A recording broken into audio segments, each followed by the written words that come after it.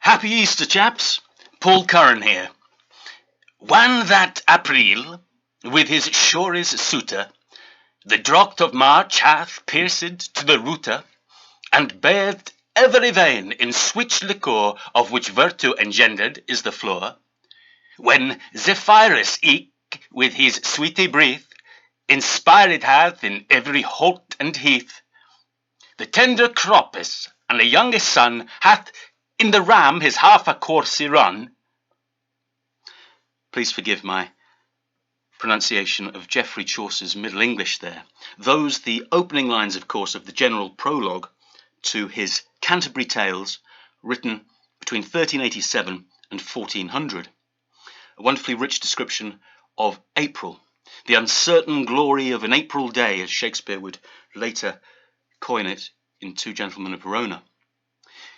Those lines were taken by T.S. Eliot and subverted for the beginning of a lengthy poem that he'd been working on, which came to be published in October 1922. First, though, he was wise enough to let his friend and fellow modernist poet Ezra Pound edit the work, and his incisive red pen helped make that the great work that we know it as. It wasn't even going to be called The Wasteland. In fact, Eliot had toyed with the idea of using the title He Do the Police in Different Voices, which he'd taken from Dickens's novel Our Mutual Friend of 1865, the character Betty Higden there using those words. I think you'll agree The Wasteland is a far better title. This is how The Wasteland begins by Eliot. April is the cruelest month, breeding lilacs out of the dead land, mixing memory and desire, stirring dull roots with spring rain. Winter kept us warm, covering earth in forgetful snow, feeding a little life with dried tubers. However, today, I don't just wish to discuss April. There is a wealth of poetry associated with Easter, not just this wonderful time of spring weather and changes in the natural environment, but of course the seismic events within which are celebrated within the Christian calendar. So I have a few short poems that I'd like to read today on the subject of Easter. The first is by Christina Georgina Rossetti, the youngest of the four astonishing Rossetti children, and her poem is called Good Friday, wherein she addresses the struggle she has with faith, and she asks Christ to offer her a sign, and she questions herself by comparing the response to his crucifixion of the women present, of the thief nailed on the cross alongside Jesus, of St. Peter, and even of nature. They all seem to be affected by the crucifixion, yet she feels that she has a heart of stone and longs for some reassurance and some sign from Christ that will strengthen her faith. This is Good Friday by Rossetti.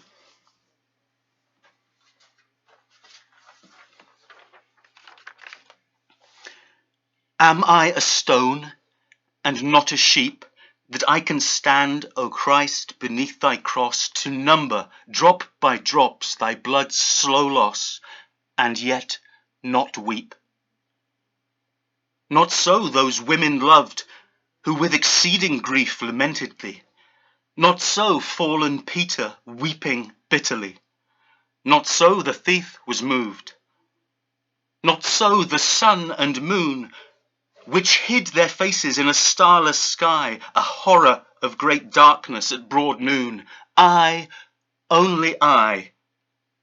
Yet give not but seek thy sheep, true shepherd of the flock, greater than Moses, turn and look once more, and smite a rock.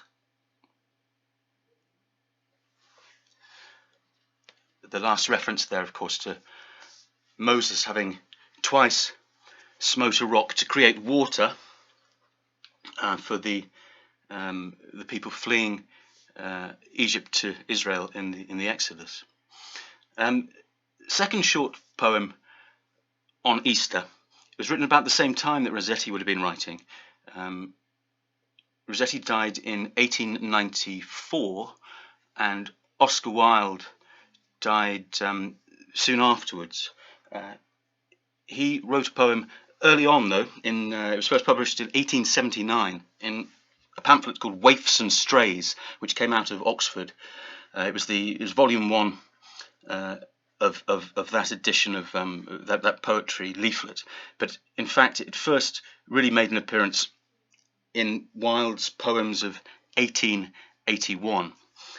And in this Petrarchan sonnet, he challenges religion, the ostentation of the Roman Catholic Church specifically, having witnessed the Pope in all his splendour and opulent glory, and he compares that with the penury, the hardship, the downtrodden struggle of the first apostles. It's quite interesting to note that Oscar Wilde, born in Ireland, was baptized into the Anglican Church in Ireland, and a priest later claimed that Wilde's mother had him baptized into the Roman Catholic faith as well. And following Wilde's release from prison in 1897, he explains in a letter that he's had a spiritual awakening in prison. This is recorded in De Profundis, but he seeks he asked to be looked after by the Society of Jesus. They refused his request, but it suggests that he had indeed undergone a spiritual awakening inside jail, and it's interesting that he should turn to a Roman Catholic organisation afterwards to try and assist. Anyway, this is Easter Day by Oscar Wilde.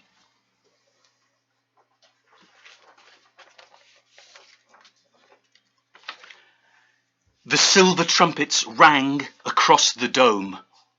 The people knelt upon the ground with awe, and borne upon the necks of men I saw, like some great god, the holy Lord of Rome. Priest-like, he wore a robe more white than foam, and king-like, swathed himself in royal red. 3 crowns of gold rose high above his head. In splendour and in light, the Pope passed home.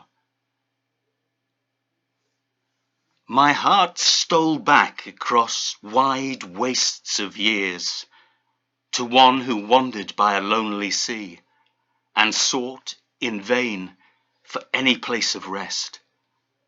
Foxes have holes, and every bird its nest. I, only I, must wander wearily, and bruise my feet, and drink wine, salt with tears.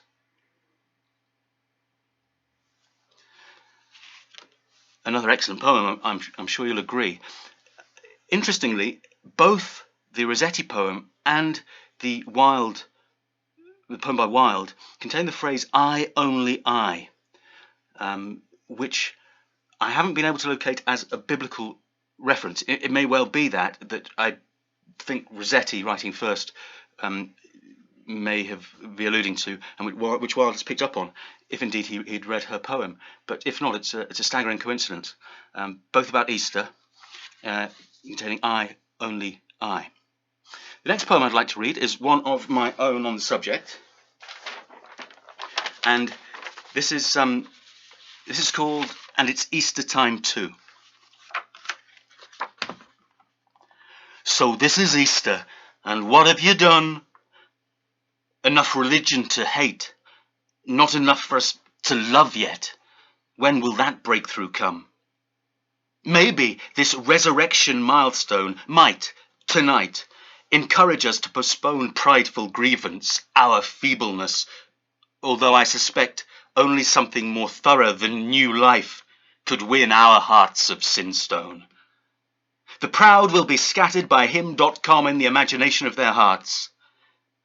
But his mercy promise may permeate, may, today, convince us of the freedom like second chances, brave springtime restarts he gives again to the compassionate.